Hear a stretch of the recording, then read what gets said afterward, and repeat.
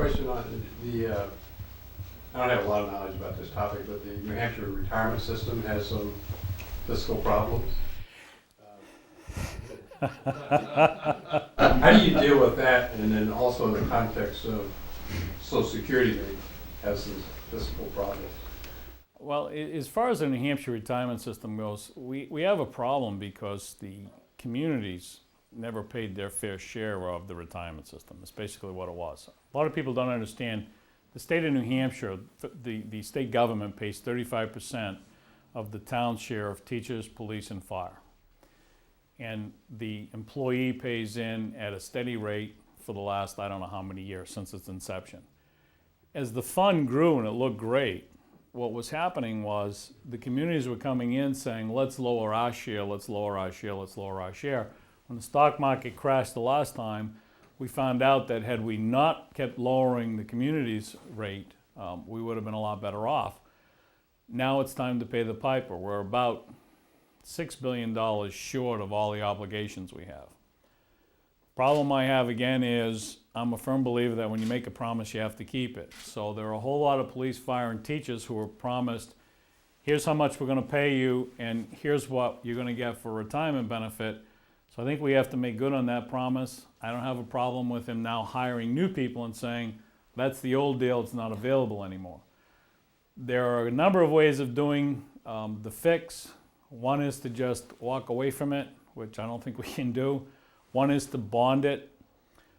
There's a current plan by an economist who said if we bond the money we need to make it whole, we actually save $50 million. Not being an economist, I actually want to see how that works. And the other one is to pass the bill the way they did, which a lot of people, police, fire, and teachers, think is different than the promise we made. So the best we can do is come to some agreement that we have to change the way we hire new people. I think we can go that far. But I'm a firm believer, as I said, that we have to keep the promises we made to those we hired. I guess my question is, because if we have all these promises at local levels and federal levels that we're going to try and keep, and we keep placing those commitments down on the young people, it doesn't appear that there's any way they can afford to do anything for themselves.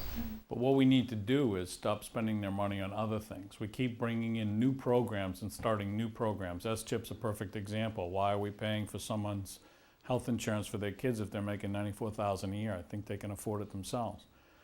And while it's not always a popular stance, I will say we put $12 million into L-CHIP, Land Community Heritage Investment Program. It's great to save some of the older buildings. It's great to buy property, but what do? Do we keep our promises, or do we start the new program? When we start looking at all the new things the state of New Hampshire starts getting involved in, if we stopped the new programs and started paying for what we did, it's the same way done in Congress. They're always finding another way to buy another vote. And they think it's easy. As I said, it really is, because people who are ready to collect Social Security or who are on Medicare have gone through such tough times in their lives that they really don't complain. They just take it in stride. And it's time that we said to them down there, we are going to complain. Burning on our kids, stop borrowing the money. Let's start investing it properly. Let's start, there's a couple of different things. I remember I worked with two large real estate developers in Nashua. And I remember one of them needed prostate surgery, and he had turned 70 years old. And this was quite a while ago, because the man's now 84. So he went in and they said, he had Blue Cross Blue Shield coverage. And Blue Cross said, you're 70, we're not going to cover this operation. And he said, well, I've been paying my insurance right along with everybody. And they said, oh yeah, but you have to be on Medicare.